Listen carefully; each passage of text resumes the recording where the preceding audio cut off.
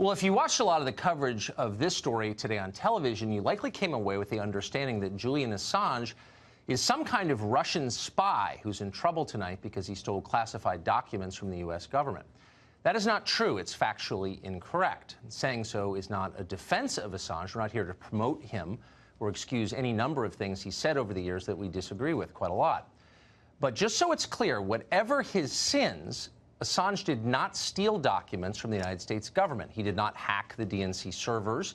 He didn't break into John Podesta's Gmail account. There is no proof that he is working for the Russian government or ever has worked for the Russian government. Assange has never been charged with any of that and wasn't today, no matter what they tell you. If you're upset about the theft of classified documents from the U.S. government, and there is reason to be, we already know who did that, a 22-year-old Army private named Bradley Manning, now called Chelsea Manning. In 2013, Manning pleaded guilty to stealing secret material and got 35 years in prison for it. Shortly after that, Barack Obama commuted Manning's sentence. This allowed Manning to leave jail decades early, go back on television as a commentator, and then run for political office. So if your real concern is America's national security, you have someone to be angry at, Barack Obama. And yet, strangely, nobody is. Instead, they're furious at Julian Assange for printing the documents that other people stole. Quote, Julian Assange has long been a wicked tool of Vladimir Putin and the Russian intelligence services, wrote professional moralizer Ben Sass, who also serves in the U.S. Senate. He deserves to spend the rest of his life in prison. Wicked? The rest of his life in prison?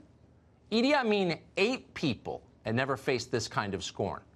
Not even close. Nor, for the record, was Amin ever extradited. He died at 78 years old in his own bed, leaving behind 43 loving children. So what's going on here? A couple of things. First, Julian Assange embarrassed virtually everyone in power in Washington. He published documents that undermined the official story on the Iraq War and Afghanistan. He got Debbie Wasserman Schultz fired from the DNC. He humiliated Hillary Clinton by showing that the Democratic primaries were, in fact, rigged. Pretty much everyone in Washington has reason to hate Julian Assange. Rather than just admit that straightforwardly, he made us look like buffoons, so now we're sending him to prison. Instead, they're denouncing him as, you guessed it, a Russian agent. Watch Senator Richard Blumenthal explain. Justice should come to Julian Assange for his role in Russian meddling in our election, and the sooner the better. Okay, so once again, just to be totally clear, no one has ever shown that Julian Assange is a Russian agent. The indictment against him today does not say that. It doesn't mention Russia at all. But that has not stopped virtually every politician in Washington from repeating Senator Blumenthal's line, including many Republicans. Robert Mueller nearly killed the Russia collusion hoax. Julian Assange is allowing them to keep it alive. You'd think journalists would say something about this. Assange is, after all, one of them. What do you call a man who publishes news for a living? Assange is no sleazier than many journalists in Washington. He's definitely not more anti-American. He's broken stories the New York Times would have won Pulitzers for. And yet many of his colleagues have disowned him. Oh, please, wrote Alexia Campbell of Vox. Assange is no journalist. We know who he works for, meaning Russia. Julian Assange is not a journalist, explained Jelani Cobb of The New Yorker without actually explaining. Ken Delanian of NBC, who doesn't so much cover the national security state as write memos on its behalf, noted that, quote, many believe that if Assange ever was a journalist, those days ended a long time ago. At NBC, when they tell you many believe something, it means they believe it. So why all the hostility to Julian Assange? Well, we'll let former Democratic staffer and current CNN anchor Jim Sciutto explain. Assange's real sin was preventing Hillary Clinton from becoming president. He is central to several cases. He's central to Russian interference in the election. U.S. intelligence views him as a middleman, a cutout, that he was, in effect, part of this interference.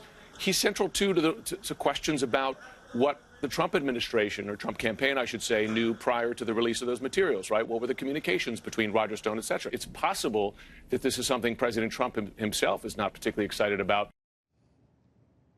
It's remarkable to watch this. It's bewildering, actually. There was a time not so long ago, really, when reporters didn't applaud the arrest of other journalists for publishing information.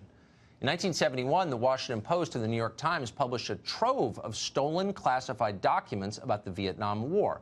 It was called the Pentagon Papers. Remember that? Liberals loved it. Books were written celebrating their bravery. As recently as 2011, the Washington Post saw the connection. Quote, a conviction of Julian Assange would also cause collateral damage to American media freedoms, a Post op-ed said that year.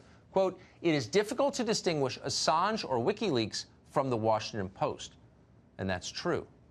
But that was before the Trump election and the total war that followed, a war in which the media have definitively chosen a side. Press freedom? Sure, as long as we agree with your politics. The First Amendment? Well, that all depends. Who'd you vote for? The guardians of speech are now the enemies of speech. The people charged with policing power are now colluding with power.